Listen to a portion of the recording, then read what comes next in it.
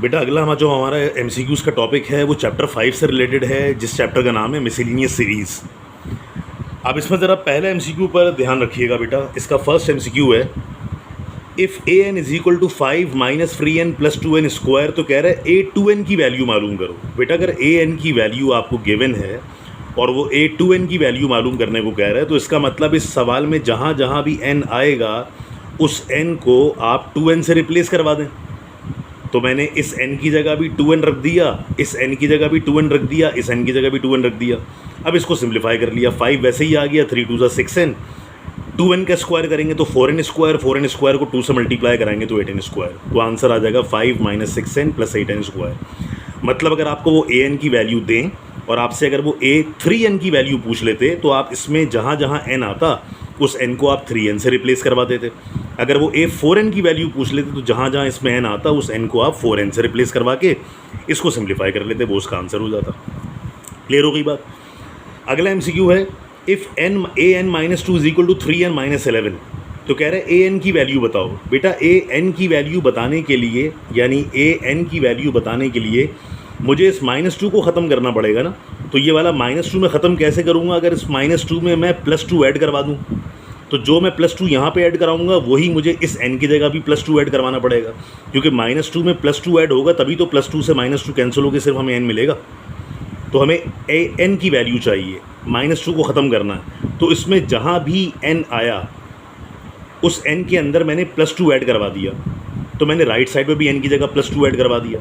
इसका मतलब अगर यहाँ n-5 होता तो आप यहाँ पे n में +5 ऐड करवा देते, तो +5 से -5 कट जाता। अगर ये n-6 होता तो आप n+6 करवा देते, +6 से -6 कट जाता। तो n जहाँ पे आया उसको रिप्लेस कर दिया n+2 से, लेफ्ट साइड में भी राइट साइड में भी। अब +2 से -2 कट जाएगा तो खाली an बचेगा। 3 से पूरी ब्रैकेट को मल्टीप्लाई करवा दिया, 3n प्लस 3 2 6 -11। 3n बेटा वैसे ही आ गया, 6 में से 11 माइनस किया तो आंसर आ गया -5। तो an बराबर हो गया 3n - 5। बेटा इस एक फार्मूला याद रखिएगा, समेशन 1 से लेके 50 और यहाँ पे n लिखा हुआ है। तो समेशन n का जो फार्मूला हमारे पास है ना कोर्स में, वो होता है n times n+1 divided by 2, n into n+1 divided by 2। अब इसमें जो वैल्यू पहुँचाने को कह रहा है 1 से लेके 50 तक वैल्यू लेके जाओ। तो जहाँ जहाँ भी n आया उस n को 50 से रिप्लेस करवा दिया, कैलकुलेटर से सॉल्व कर लें, इसका आंसर आ जाएगा। क्लियर हो गई बात। अगला एमसीक्यू है, द nth टर्म ऑफ। बेटा आपको एक सीक्वेंस दी हुई है 1/2, 1/5, 1/8 डॉट डॉट डॉट, और कह रहे हैं इसकी nth टर्म बताओ। nth टर्म का मतलब वो टर्म बताओ जिससे ये पूरी सीक्वेंस बन रही है। तो बेटा वैसे तो उसके बहुत सारे तरीके हैं, लेकिन एक आसान मेथड ये होता है कि जो गिवन ऑप्शंस है ना, उन ऑप्शन में जहाँ जहाँ n आए ना, उस n की जगह n की वैल्यू 1, फिर n की वैल्यू 2, फिर n की वैल्यू 3 पुट करवा के देख लें। जैसे ही आप n की वैल्यूज़ पुट करवाना शुरू करेंगे ना, सीरीज़ बनना शुरू हो जाएगी। तो इसका मतलब वही उसकी nth टर्म होगी। अब मिसाल के तौर पे अगर मैं इसकी फर्स्ट टर्म को चेक करूं, तो जब मैंने n की जगह 1 पुट करवाया तो 3 1 3 बनेगा, 3 में से 1 माइनस कराएंगे, देखो 2 आ गया। सेकंड टर्म के लिए n की जगह 2 पुट करवाएंगे तो 3 2 6 हो गया, 6 में से 1 माइनस किया, देखो 5 आ गया। थर्ड टर्म के लिए 3 पुट करवाया तो 3 3 9 हो गया, 9 में से 1 माइनस किया, 8 आ गया। तो ये पहला ही ऑप्शन इसका करेक्ट ऑप्शन है, क्योंकि जब हम इसमें n की जगह 1 2 3 पुट करवा रहे हैं तो हमें कुछ और नहीं मिल रहा, हमें शुरू की फर्स्ट, सेकंड और थर्ड टर्म मिल रही है। अब ज़रूरी नहीं है कि सवाल वो गिवन ऑप्शन में ये पहला ऑप्शन ही दे, हो सकता है वो इस ऑप्शन को आखिर में रखे, तो आपको बारी बारी सारे ऑप्शन को चेक करना होगा। अच्छा, मैंने सेकंड, बी और सी वाले ऑप्शन को वैसे ही चेक नहीं किया, इसलिए क्योंकि हमें सवाल 1/, की फॉर्म में दिया हुआ है, 1/, की फॉर्म में दिया हुआ है, फिर तीसरी टर्म 1/, की फॉर्म में दी हुई है। तो लाजमी सी बात है जो nth टर्म आएगी बेटा वो 1/, की फॉर्म में वाली चेक होगी। तो 1/, की फॉर्म में सिर्फ ऑप्शन ए और ऑप्शन डी है, तो सिर्फ इन्हीं को चेक करना। तो ऑप्शन ए में n की 3 वैल्यूज़ पुट करवाने से शुरू की 3 टर्म्स मिल गई, तो इसका मतलब हमारी nth टर्म के लिए ऑप्शन नंबर 1 इज़ करेक्ट। अच्छा, समेशन n के लिए फॉर्मूला याद रखिएगा, n into n+1/2। Summation n square के लिए या सिग्मा n स्क्वायर के लिए फॉर्मूला याद रखिएगा, n इंटू n+1 ब्रैकेट में 2n+1 divided by 6। Summation n cube के लिए फॉर्मूला याद रखिएगा, n into n+1 divided by 2 का होल स्क्वायर, और अगर स्क्वायर खोलेंगे तो n स्क्वायर n+1 का होल स्क्वायर अपॉन 4। क्लियर है बात। ये 3 फार्मूलाज हैं जो आपको याद करना है। फिर कह रहा है अगर Sn बराबर है n+1 का होल स्क्वायर, तो कह रहे हैं फाइंड S2n। तो बेटा इस Sn में जहाँ n आएगा उस n को रिप्लेस करवा दो 2n से।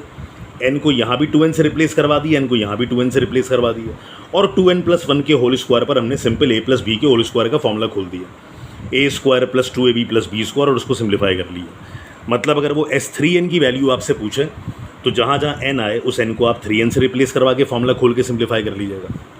समझ आ गई बात।